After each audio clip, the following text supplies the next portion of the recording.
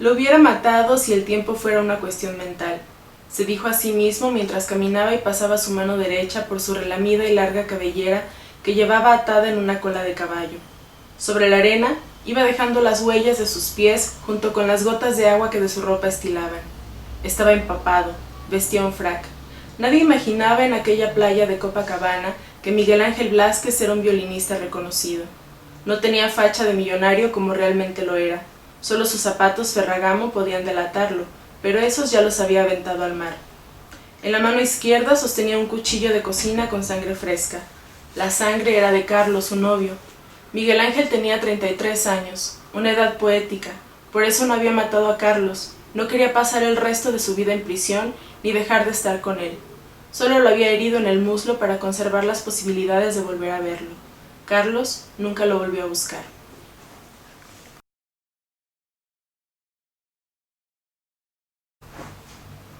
Hola, soy Carolina Zorrilla, soy escritora y vamos a hablar de mi primer libro de cuentos, Nuestro Tiempo, ganador del concurso regional de cuento en Jalisco, Refugio Barragán de Toscano, en el 2014.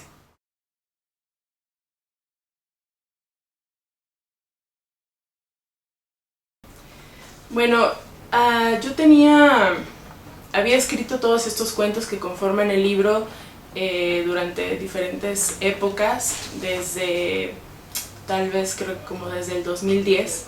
Entonces de repente me puse a juntarlos para ver qué podía hacer con ellos y me di cuenta que coincidían en las temáticas y que podían estar bajo este título de Nuestro Tiempo porque la mayoría de los cuentos pues abordan relaciones entre personas que se dan, tipos de relaciones entre las personas que se dan en la actualidad por influencia de las redes sociales, del uso de las redes sociales y pues también de la vida caótica y estresante que llevamos actualmente.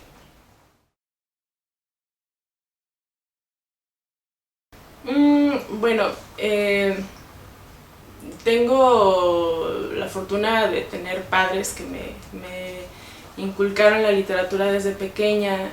Cuando yo era muy pequeña, no sé, desde los 4 años, mi papá todos los sábados me llevaba a la biblioteca porque él necesitaba trabajar en un espacio tranquilo.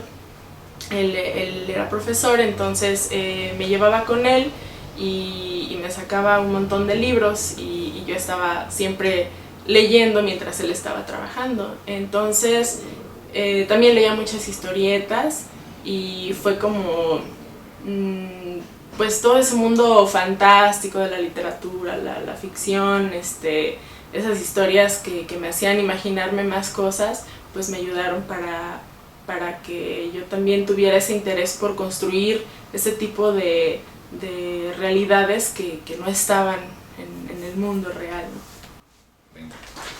Y ya cuando yo estaba más grande, cuando estaba en la preparatoria, conocí la obra de Sergio Pitol. Sus cuentos completos fue lo primero que leí de él y entonces descubrí pues otra manera de escribir literatura y yo quería escribir como él, entonces empecé a hacer intentos de escritura de cuentos, pero no me salían. Comencé a ir a un taller de literatura en Ciudad Guzmán, de donde soy, y no me salían los cuentos, entonces empecé como que a escribir poesía, como que mi voluntad expresiva se estaba dando mejor a través de la poesía, porque también pues descubrir a Pablo Neruda y a Jaime Sabines en la adolescencia también me marcaron mucho, me ayudaron mucho a descubrir esa otra manera de expresarme en las letras y entonces comencé a escribir poesía. Entonces durante mucho tiempo yo escribí poesía, no escribí narrativa y yo creo que a partir como del 2010, 2012 yo empecé a tener como una necesidad de escribir narrativa porque quería contar muchas historias y hasta la fecha las sigo teniendo en cualquier lugar o en cualquier acción, en cualquier circunstancia estoy viendo historias que quiero contar.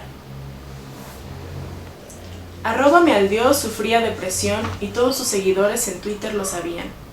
así como era común que tuiteara alusiones a sus visitas al psiquiatra como nosotros los que vamos al psiquiatra, ustedes los que se entretienen en otras cosas, también era común leerlo diciendo que venga la esclavitud, ya lo decía a menudo. Un par de horas antes de su muerte, su novia Simpleella pidió ayuda vía Twitter porque su novio estaba sufriendo un ataque de ansiedad. Eran las 3 a.m. y en sus tweets preguntaba si alguien sabía de un lugar cercano a su domicilio donde pudieran atenderlo.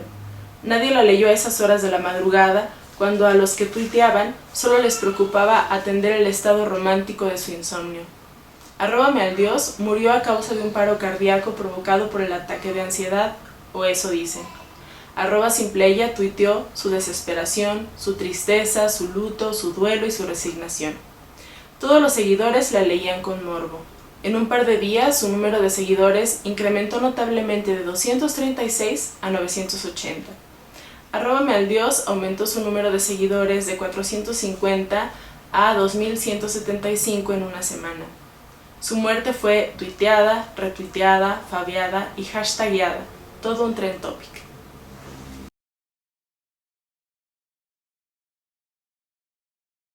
Bueno, para la difusión de la literatura como tal, pues es maravilloso porque pues el Twitter nos ayuda a tener ese acercamiento, pues igual que todas las redes sociales, ¿no? Con los demás, un contacto inmediato, un contacto frecuente. Entonces, pues para difundir la literatura me parece un buen medio, aunque pues también se corre el riesgo de que se pase de largo de repente las historias que son más largas, o sea, como que no, textos largos que no concuerdan con esto que demanda el Twitter, que es la brevedad, ¿no? Creo que podría ser así como algo un riesgo que se corra, no sé, pero por otro lado creo que el Twitter sí está ayudando a difundir la creación literaria, porque finalmente, y esto es algo que lo dicen personas que defienden la tuiteratura como Cristina Rivera Garza, el Twitter es un laboratorio de escritura, entonces pues ayuda mucho a pensar de una manera diferente y a crear un lenguaje con un contenido pues sustancioso, breve pero eficaz también.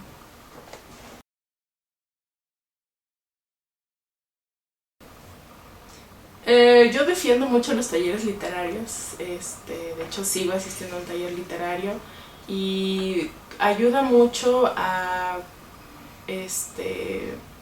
ser más autocrítico. Pues si bien las lecturas que un escritor hace lo forman en ese sentido, también el punto de vista externo ayuda mucho a formar esta autocrítica y pues es una guía que siempre ayuda, ¿no? Siempre ayuda, son como, pues es una herramienta en el camino, es como una mano que nos van echando en el camino de la escritura.